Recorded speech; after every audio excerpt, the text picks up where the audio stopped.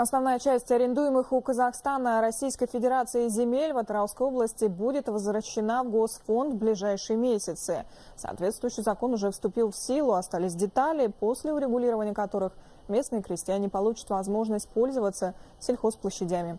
Талгат Тутигулов расскажет подробнее.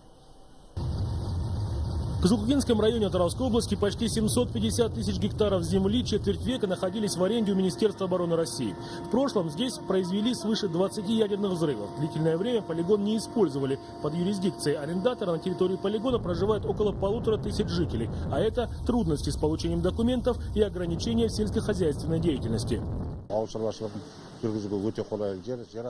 Вся возвращаемая земля имеет большую сельскохозяйственную ценность. Это посевные угодья, пастбища и сенокосы. Разведаны большие подземные запасы воды. На сегодня здесь работают порядка 60 крупных хозяйств. Все они смогут стать участниками госпрограмм, получать кредиты, лизинг и, самое главное, оформить юридически свои хозяйства. В ближайшее время необходимо закончить лабораторные исследования почвы и воды, взятые на полигоне. Несмотря на бездействие полигона несколько десятков лет, нужно все проверить, считают в правительстве.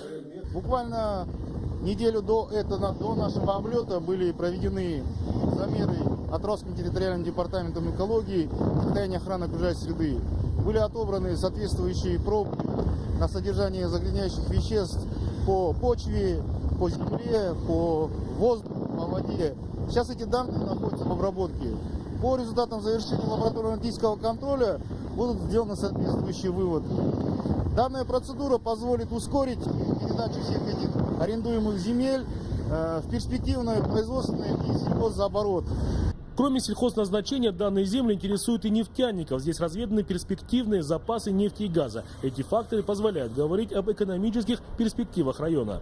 До 1 декабря этого года все эти вопросы проверки экологического состояния земельных участков должны быть завершены.